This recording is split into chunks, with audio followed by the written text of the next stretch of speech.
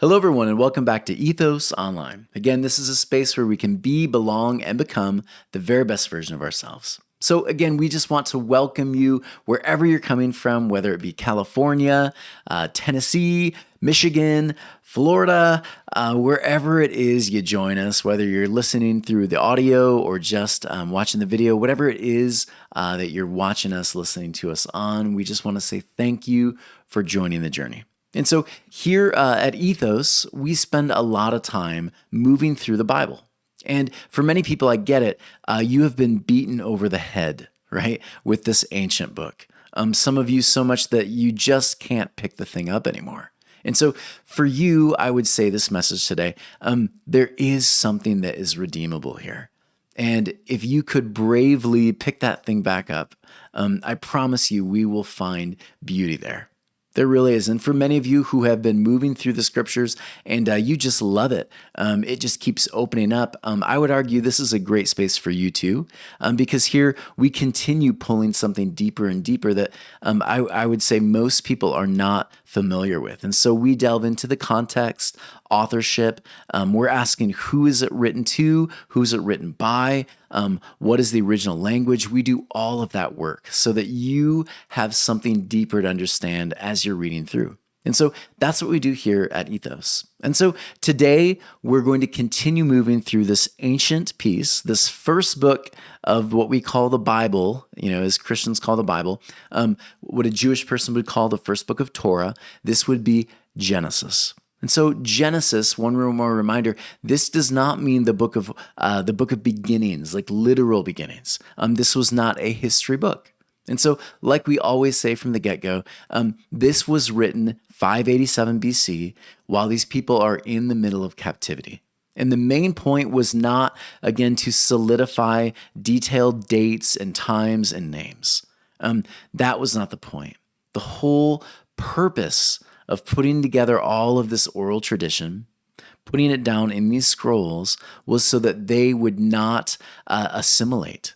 So Torah basically is a written response to assimilation, the very fear that we might forget the traditions, the recipes, the culture. We might forget it. We don't want the next generation to grow up without that, right? We think there's beauty in Judaism, and that's the reason for it. And so when they take out these scrolls in the temple, there's rejoicing.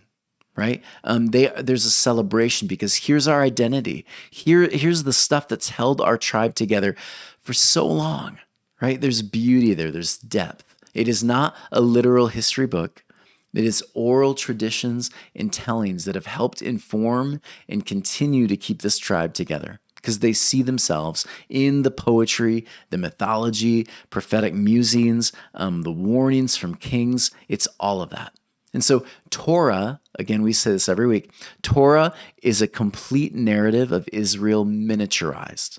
So Israel is going to be found in every story, whether it be Noah, right? Noah is the deeper metaphor, whether it's literal or not the point. We see Israel in the figure of Noah. We see Israel in the figure of Adam and Eve. We see Israel in the figure of Abraham.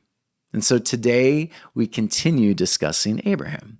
And so last week we went chapter 21, 1 through 8.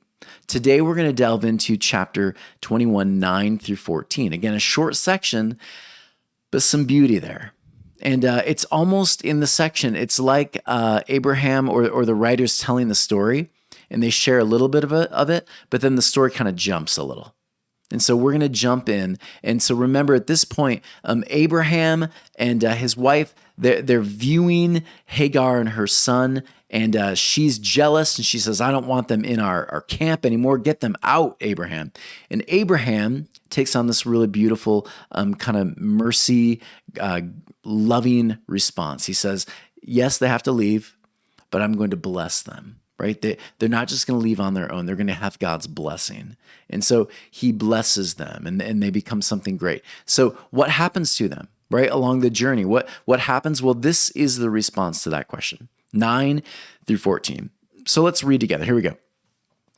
And the water was depleted from the leather pouch, and she cast the child under one of the bushes.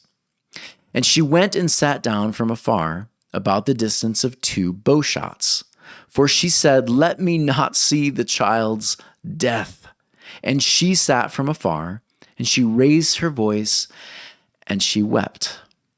And God heard the lad's voice, and an angel of God called to Hagar from heaven and said to her, what is troubling you, Hagar? Fear not, for God has heard the lad's voice in the place where he is.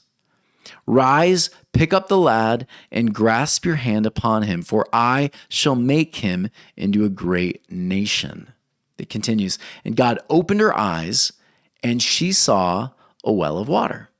Right? Interesting, like miraculous, right? And she went and filled the pouch with water and gave the lad to drink. And God was with the lad, and he grew, and he dwelt in the desert and became an archer. Interesting, right? You saw 2 bow shots, archer. You're so smart. You're already putting together some things, right? And he dwelt in the desert of Paran, and his mother took him a wife from the land of Egypt. So that's our section. So let's delve into it a little bit. Now, every time I read these sections, I always ask, what have the rabbinical voices said about this piece, this section, right? Because these are the people who actually wrote it, right? They were Jewish people. What do Jewish people have to say about this section? What do the scholars of this Jewish tradition have to say about the piece?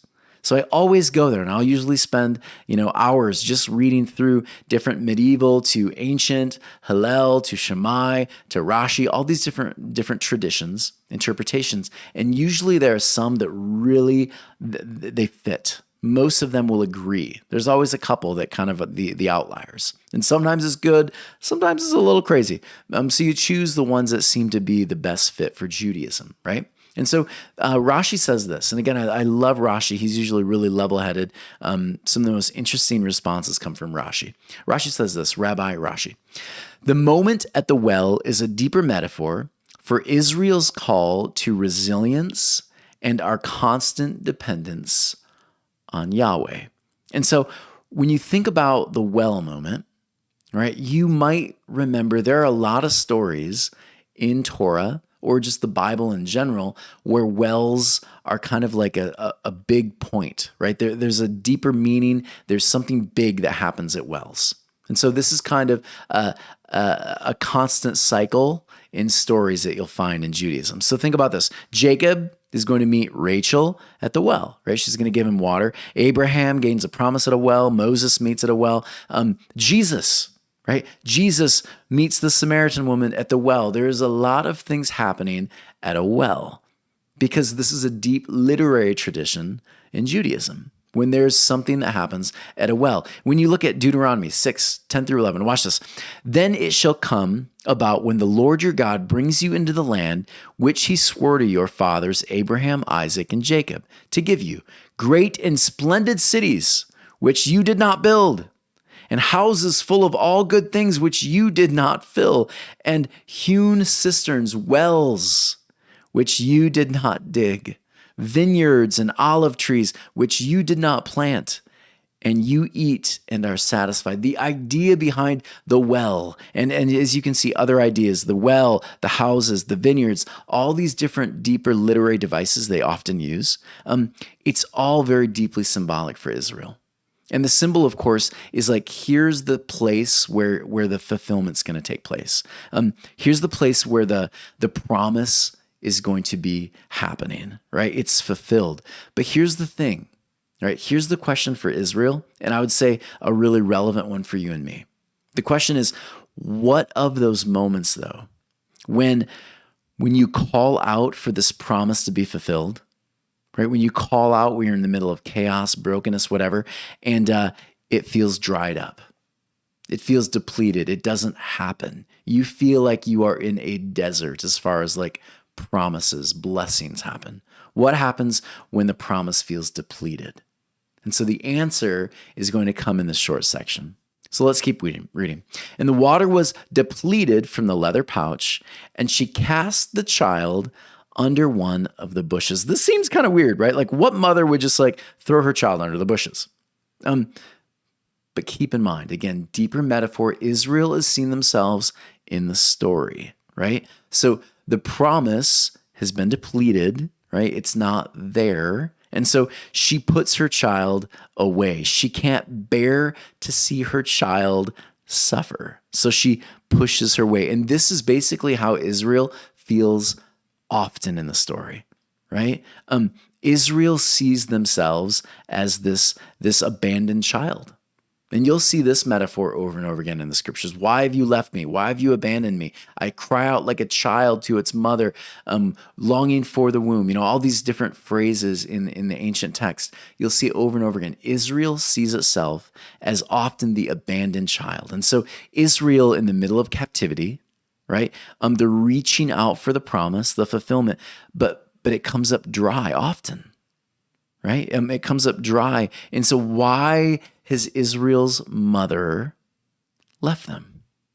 And we might say a deeper question, where's God? Right? Where is God? Right? The promise dried up.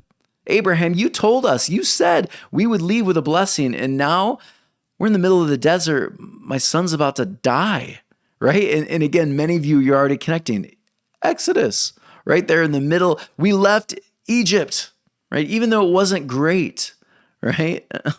Even though it wasn't great in Egypt, we were slaves, which again, Hagar, you see the connections already. Hagar is like a slave, right, to Abraham and his wife. She leaves. She's wandering the desert, right?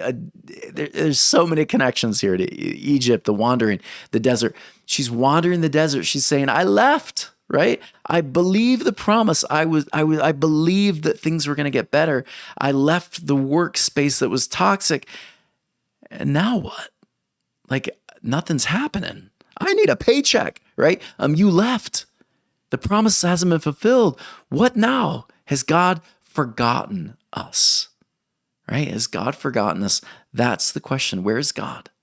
And I think again, we have felt that too, right? So it continues. She went and sat down from afar. At about the distance, this is an interesting phrase here, about the distance of 2 bowshots. For she said, let me not see the child's death. And she sat from afar and she raised her voice and wept. Interesting, right? Notice the element of the story though. Notice this. Israel often watches as her children, the next generations, they are drying up. Yeah, so again, you're in the middle of Babylonian captivity. This makes sense, right? They lose their identity. They're captives. They won't experience freedom. It's soul crushing. It's soul crushing. And the child is now at a distance, right? Abandoned to die. And so again, the idea here, what happens in captivity? What do we do? What do we do when we've stepped away? We've trusted. What do we do, right? A bow's length away, right? Just enough to say, you're out of shooting range, but you are not going to survive. That's the idea. You're alone, right? You're so far out that we can't even shoot you, right? You're so far out, you're on your own. That's the deeper idea here. And again, directly connected to Egypt, the wandering. We've exodus, right? We've exited, and now we're in the middle of like, we were better in Egypt, right? That's the deeper metaphor. So let's keep going. And God heard the lad's voice, and an angel of God called to Hagar from heaven and said to her, what is troubling you, Hagar? Fear not, for God has heard the lad's voice in the place where he is. In the place where he is. Notice this again, Egypt, right? They're defining story for the Hebrews. They call out, and what does God do? Hears them, right? That's their story. They call out again. They call out again, and God hears them. And notice this time, in a different place. Before it was in the middle of Egypt, right? Now it's in the middle of the desert. Will God hear us there? Yeah. God says, I hear you in the place that you are. Now understand this. In the place where he is, there are books written on this. Just this phrase in Genesis 21. Just this phrase. Essays, articles, lectures. There are rabbinical moments in history where rabbis have sat on stools much like this, and they have expanded on in the place where he is for hours. This is such a heavy, loaded historical piece right here. And often, it's sad to me, most of the time it's just passed over because we miss it. In the place where he is, get this. This is so beautiful, character of God stuff. Notice this. Most tribes, right, especially during that time era, most tribes, you go to where the gods are. Right? If you want the God's attention, you're doing jumping jacks, right? You are going on epic journeys. You're climbing Mount Olympus, right? You're getting tested by the gods. You're traveling to the underworlds. You're fighting the moon, the sun. This is not Israel's God. Notice this. Israel's God comes to you. Israel's God goes to where you are. You don't have to do anything crazy. You don't have to do jumping jacks. You don't have to go to a certain, to the east or west or wherever. The idea here, God is wherever you are. Yeah, right? This for tribal ancient people would have been a mind-blown moment. God goes to where you are, is with you, never left you, never forsook you, right? The idea here, think about the moment with Moses. Right? He goes to the burning bush. And the question, of course, is how long had the bush been there? Well, the whole time. Moses just wasn't aware of it yet. And this is, again, one of these moments. Hagar is crying out, "Where are you, God?" Right? And you're going to find in this moment, there's a well. Right? It was there the whole time. She just wasn't aware of it. This is the deeper picture for Israel. And I'm kind of jumping ahead a little bit, but it's so beautiful. Their God, Israel's God, goes to where they are. Follows Hagar. Yeah. Oh, so good. Okay. It continues. Rise, pick up the lad, and grasp your hand upon him, for I shall make him into a great nation. This is such a good story. Yeah, this story has been told many times in the Bible, hasn't it? Not this exact one, but it's just been retold many, many different times. Think about this. Hagar and her son, they're outcasts, right? They've been pushed out. They're part Hebrew, but they're also kind of part Egyptian now, right? Much like that generation that Israel would have been. Right? They're stepping out, but they're kind of a mixture, right? And so what happens to the outcast? What happens to the marginalized? What happens to the group that has been pushed out, that leaves wandering? What happens to the homeless? This is a bigger question here, right? Because this is how Israel's going to feel. They have no home. They have no temple. They have nothing. Where are you, God? Where's home? Right? Where's home? And so this is where I go back to Jesus. In the New Testament, which is really like taking the Old Testament and reshaping it, right? And that's why, like, you had Abraham here, you had Moses, now you have Jesus. Yeah, it's really pretty beautiful. And Jesus is going to be like what these people were, but he's going to be a more relevant, bigger picture, right? And so every one of these pictures, you're going to remember, oh, this story I've heard before, right? Look at the story of the Samaritan woman for a moment. Think about this one. Jesus answered her, "If you knew the gift of God and who it is that asks you for a drink, you would have asked him and he would have given you living water." Think about this. The woman at the well, she goes to the well. She sees Jesus there, right? She's in desperate need of water. And he has something even bigger to offer her, doesn't he? Yeah, it's beautiful. Samaritans, understand this. They're the outcasts. Right? They're basically the sons and daughters of Hagar. Yeah, think about that one. Jesus brings it back together. He says, this well that the Jewish nation has been drinking of, right? The Abrahams have been drinking of and enjoying, it's actually for you too. Right? It's for those who wander. It's for those who have no home. It's for those who are questioning, asking, crying out. The well is there for you too. God's presence is there with you too. And so the blessing, it's going to extend to you as well. The well isn't dry. Jesus says, look again, right? It's the story of Genesis 21. It's the story of Jacob. It's the story of the well having water once again.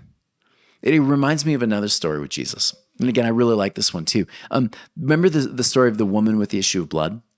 Right? She basically was considered unclean, right? Much like a Samaritan was considered unclean, or Hagar considered unclean, right? And she is ceremonially so unclean all the time that she can't actually participate in normal society. She would have been pushed on the outside. And so she gathers enough courage to step into the city, touches the hem of Jesus' garment, which again, very symbolic, the idea that healing would be in the wings of his garment, right? The prayer cloth. She reaches out and she touches it. And Jesus' response here, again, it's so Old Testament, right? If you understood, if you've read these stories before, you'll know these are the writers saying, look, we're repeating the same story. It's the same story. It's a beautiful story. It's the same message. Look at it again through a bigger perspective here, right? Jesus says, and he said unto the daughter, be of good comfort. Thy faith has made you whole.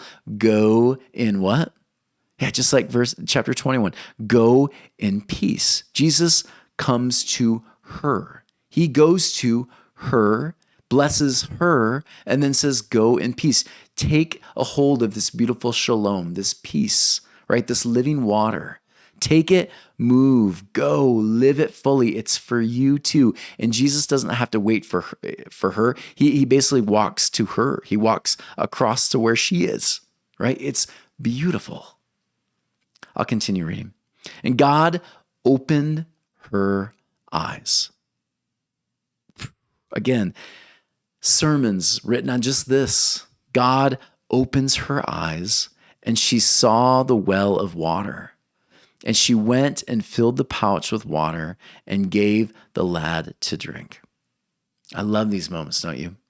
Like these moments where we experience awareness, right? These moments when we felt helpless, we cried out, we felt we were like out of control, right? Going nowhere. And then in these moments, sometimes something will shift. And then later we'll look back and we'll be like, whoa, that was the moment the promise was realized, right? It was there the whole time. I just wasn't aware of it. Hindsight has given me a new picture, but in the moment, I missed it.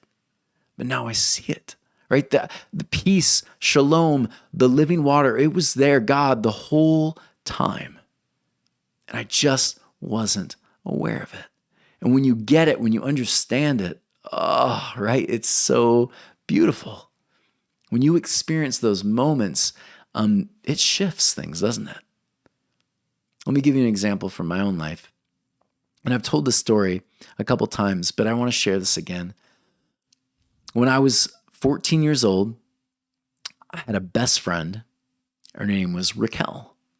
And Raquel, I was at her house all the time. And yes, she was a girl. I was a guy. That it wasn't romantic. We were just really good friends. And I was at her house all the time. I ate her cereal all the time. They bought cereal boxes just for me. And so I remember that morning. I remember that morning when my mom picked up the phone and she talked and she said, okay. And she was looking at me the whole time, which I remember it giving me a feeling of anxiety. And finally, she handed me the phone and I took it, and it was Raquel's mom. And I remember hearing her voice kind of quiver. And she said, Tony, this morning, Raquel was hit by a drunk driver. And she was killed. And I remember her voice quivering. She started crying. And her husband picked up the phone and he told me they'd stay in touch. And I remember the phone just kind of dropping. And I remember falling to the ground and crying because my best friend in the world, Raquel, was crossing the road, hit by this drunk driver in the morning.